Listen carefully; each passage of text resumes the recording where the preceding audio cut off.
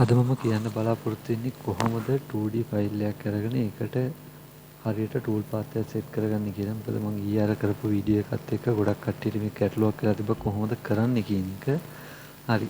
මම ඉස්සල්ලාම කරන්නම් මේක කොහොමද ඉස්සලා ෆයිල් එක සෙට් කරගන්නේ කියලා. මම ඒකට චූටි එක්සැම්පල් එකක් ගන්නවා. මම මෙතන ෂීට් සයිස් එක අරගෙන තියෙනවා 300 300 සයිස් එක. left bottom තමයි මම පාවිච්චි කරන්නේ ඔරිජිනල් එකට. හරි. මම මුලින්ම ගිහලා vector එක import කරගන්නවා. මේ කියන්නේ ඔයාලට සල්ලි දීලා ගත්ත හරි ඔයාලා ඉඳගත්ත හරි ඕනේ වෙක්ටර් ෆයිල් එකක් පාවිච්චි කරන්න පුළුවන්. මේ තියෙන මගේ වෙක්ටර් ෆයිල් එක. ඒතකොට මේ වගේ වෙක්ටර් ෆයිල් එකක් ගත්තාම මේකේ පොඩි පොඩි ප්‍රශ්න තියෙන්න පුළුවන්. ඒතකොට ඒ ටික ඉස්සල්ලාම අපි විසඳගෙන ඉන්න ඕනේ ටූල් පාත් ජෙනරේට් කරන්න කලින්. ඒතකොට මම මේකේ මේ විදිහට කෑලි වලට තියෙන වෙක්ටර් එක අවුට්ලයින් එක තනි එකක් හදා ගන්නවා. මොකද මම මේක කරන්න බලාපොරොත්තු වෙන්නේ මේ ටික රවුන්ඩ් ෂේප් එක ඉතුරු කරලා මේ ටිකේ කපලා අයින් කරන්න. ඒතකොට මට තනි වෙක්ටර් එකක් හරි නැත්නම් වෙක්ටර් එකතු කරලා ඉවරලා ගෲප් එකක් හරි හදාගන්න තියෙන එක ලේසි. ඒතකොට මම මේකේ ඉස්සල්ලාම මේ දෙක කපලා අයින් කරන්නම්කෝ. එතකොට පේනවා මේ ටික මේ එක ගෲප් එකක් මේ එක වෙක්ටර් එකක් වුණා. එතකොට මම මේ විදිහට මේක කපාගෙන හදා ගන්නවා.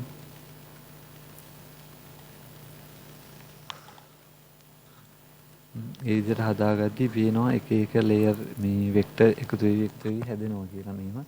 ඔයාලට මේ ඉස්සල්ලාම කරන්න වෙන්නේ කොහොමද මේ වෙක්ටර් එක පිට මේ බවුන්ඩරි ටික ඔක්කොම හදාගෙන ඉන්න එක. ඒතකොට තමයි ගොඩක් ලේසි වෙන්නේ.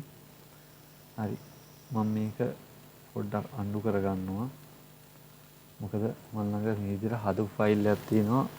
ටිකක් වෙලා යන හින්දා මම ඒක කෙලින් ඉම්පෝට් කරගන්නවා. මේ තියෙන මම මේ විදිහට හදාගත්ත ෆයිල් එක.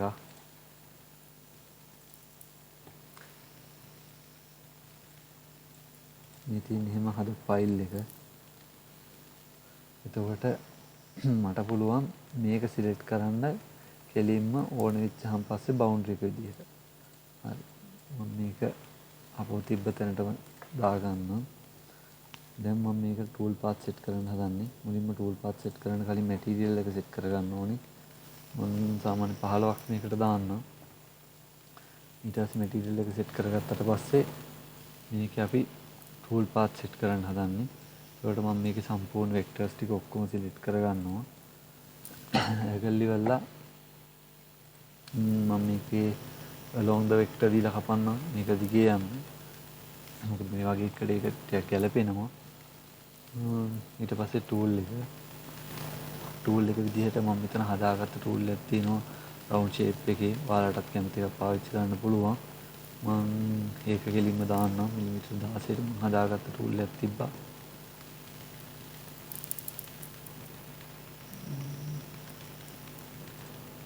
මේ ෂේප් එකට තියෙන එක. මොකද ඊයේ මම කරේ මේ වගේ ටූල් එකකින් හින්දා කට්ටියට ඒක ලේසි වෙයි. හරි. ඊට පස්සේ මම මේකේ ෆිනිෂින් ඩෙප්ත් එක 8ක් වගේ දෙන්නම්. ටූල් සෙටින්ග්ස් ටික ඔයාලට ඕන විදිහට හදාගන්න. මම මේ සිමියුලේෂන් එකක් ඉඳන් මේ විදිහට හදන්නේ. ඒකල කැල්කියුලේෂන් එකක් දුන්නාම මෙතන ටූල් පාර්ට් ටික ගියපු විදිහ පෙන්නනවා. මට ඕන නම් කෙලින්ම මෙතන සිමියුලේෂන් එකක් බලන්නත් පුළුවන්. මට ඕන විදිහට මේ වැඩේ වෙනවද කියලා. ලයින් එක දිගේ අපි සිලෙක්ට් කරපු මේක අපිට ඕන ලයින් ටිකේ මේ විදිහට කැපීගෙන යනවා. ඒතර අපිට ඕන කරලා තිබ්බේ මේ ෂේප් එක ඉතුරු වෙලා අනිත් ටික අයින් කරගන්න. ඒකට අපිට මේ පේන විදිහට නම් මේ අපිට ඕන විදිහටම ගානට හැදෙනවා.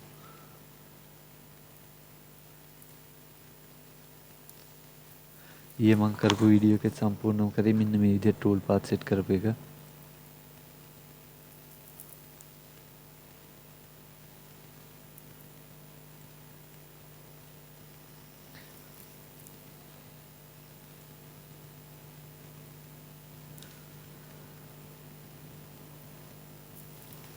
හරි. ඒ සිමියුලේෂන් එක ඉවරයි වෙලා තියෙන්නේ.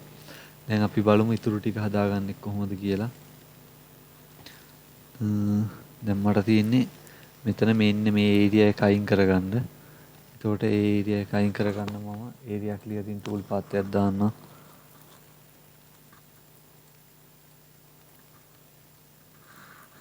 ඒරියා ක්ලියරින් නම් මම දානවා මිලිමීටර් 8ක් ඩෙප්ත් එක තියෙන්න. මම මෙතන 6mm මිල් එකක් පාවිච්චි කරන්නම්.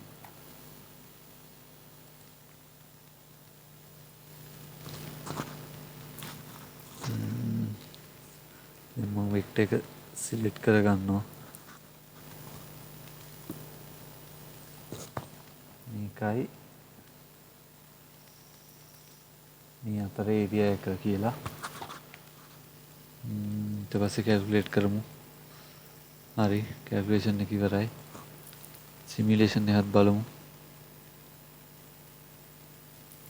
හරි, සිමියුලේෂන් එකත් ඉවරයි. හරි, දැන් අපි බලාපොරොත්තු වෙච්ච විදිහේ 2D ඩිසයින් එක මෙතන ඇවිල්ලා තියෙනවා. එතකොට අපිට ටිකක් ලොකු ඩිසයින් එකක් නම් ටිකක් කාලය අරගෙන මේ විදිහට කරන්න පුළුවන්. හිතනට වඩා ගොඩක් ලස්සන ෆිනිෂින් එකක් ගන්න පුළුවන්. ඊයේ මගේ වීඩියෝ එක බැලුවා නම් ඒකේ සම්පූර්ණව කපන්නත් මට ගියේ පැයක් විතර වගේ කාලයක්. හොඳ ආදායමක් ලබන්න පුළුවන්. හොඳ ක්‍රමයක් CNC වලින් මේ වැඩක් ගන්න එක. හරි, එහෙනම් බොහොම ස්තුතියි. දැන් මෙතනින් එහාට තියෙන අපිට ටූල් පාත් එක සේව් කරගන්න එක විතරයි. ඒක මෙතනින් ගියා තමන්ට ඕන ෆෝමැට් එක සිලෙක්ට් කරලා ඉවරලා සේව් කරගන්න තියෙන්නේ. හරි, එහෙනම් බොහොම ස්තුතියි.